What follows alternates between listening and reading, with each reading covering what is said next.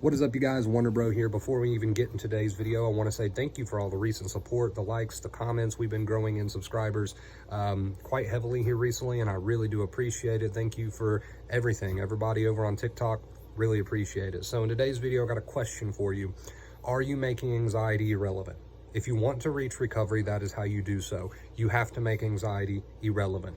If throughout your day, you're spending a lot of time on Google, chat forums, even my Discord, you're spending most of your time on there. I understand asking questions. I understand doing a little bit of research, but if you are spending basically 24 hours a day, if not, half of your day on anxiety related topics, then you're not making anxiety irrelevant, and that is how you reach recovery. Okay, now it goes deeper than just being on the forums and chat rooms.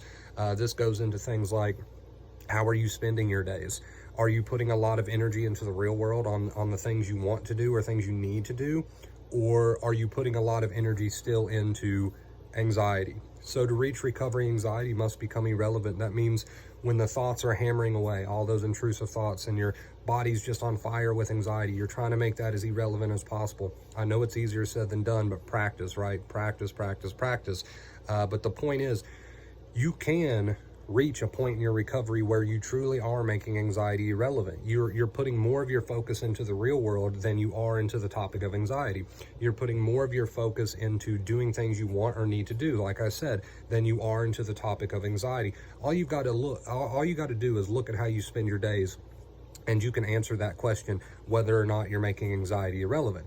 Are you involved in the real world? Are you more concerned about the things you need to do, your chores, your activities, your hobbies?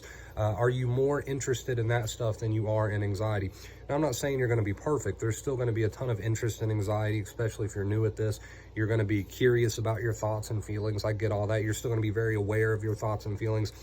But are you practicing, at least practicing, trying to be more concerned with the world around you and getting things done and doing things and just living than you are with anxiety, right? That's the point we're trying to get you to, is that you're making anxiety an irrelevant topic. Now, if you get online every now and then on a forum and ask a question and then you use that advice, great. If you get online every now and then and watch one of my videos to end your day, great.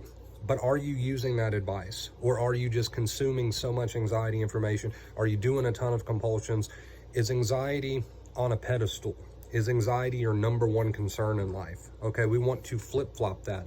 And again, you don't have to be perfect. I understand that you're still going to think a lot about anxiety. I understand that you're still going to be very aware of your thoughts and feelings, mental and physical feelings, physical and mental feelings. I get it. I understand you're going to be aware of it all. But the point is, we're trying with practice over time to make anxiety as irrelevant in your life as possible. And you can only do that through putting more of your energy and more of your focus into the real world, doing things you want and need to do, right? So you're trying to take anxiety from the pedestal that you've got it put on right now and make it irrelevant. And then recovery comes as a consequence, as just living normally and not caring too much about what anxiety has going on. Now, I know some people are going to watch this and think, that's impossible, dude. I can't care not that much, as you put it, when my thoughts are hammering away and my feelings are there. You can with practice. And like I said, you don't have to be perfect, but with practice, you can realize that, hey, when those symptoms are there and they're high and those thoughts are hammering away, I really can put at least 20% of my effort into something in the real world. Maybe that's all you can put into it at first, 20%. So the thoughts are there and they're smashing and the feelings there, they're smashing. But instead you're like, okay, I'm playing a video game. Okay, I'm talking to a friend on the phone. Okay, I'm doing the dishes. Okay, I'm going for a walk. Okay, I'm doing the shopping. Whatever it is.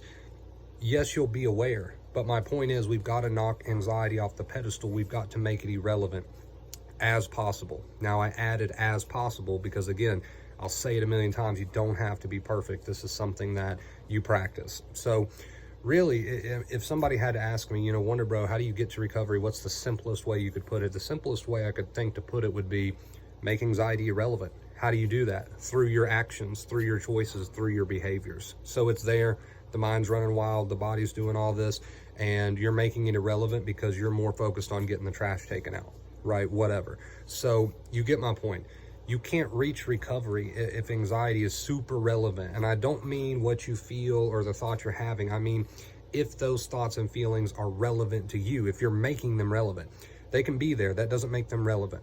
What makes them relevant is whether or not you're so concerned about them being there and you're putting all of your focus and attention and energy into fighting with those thoughts and feelings instead of into the real world. So if you want recovery, recovery will come as a consequence of you living your life and making anxiety as irrelevant as possible. There's nothing you need to do to fight off those thoughts and feelings mentally.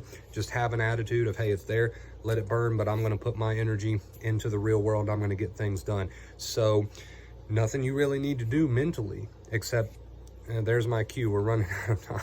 I use my TV as a light source. Anyway, nothing you really need to do mentally to handle your thoughts and feelings, except have a good attitude of, hey, it's there. I don't need to fight with these thoughts and feelings. It's irrelevant. Let's go do this. Let's go do that. And then pour that energy into the real world with those positive behaviors. All right. Try to make anxiety as irrelevant as possible if you want to reach recovery. Okay. I love you guys oh so much. Thank you for watching today's video. If you did enjoy it, please take just a second to leave a thumbs up. It helps get this information out there to people who may need it, right? So anytime you interact with the videos, share them, comment, or even just a thumbs up, you are potentially helping other people get this information. So I'd really appreciate it. Subscribe if you haven't already. I think that's about everything. I'll let you guys know when we've got some streams planned. I'm going to try to get back into those. For right now, I really just want to focus on growing the channel, and videos seem to be the way to do that. So thank you guys again for everything. Thank you for the love. Thank you for the support. If you would like to get into some one-on-one coaching with me, just DM me on any of my social media, Vacate Fear. I've got it all: Facebook, Instagram, Twitter, all that good stuff. And until next time, as always, stay awesome.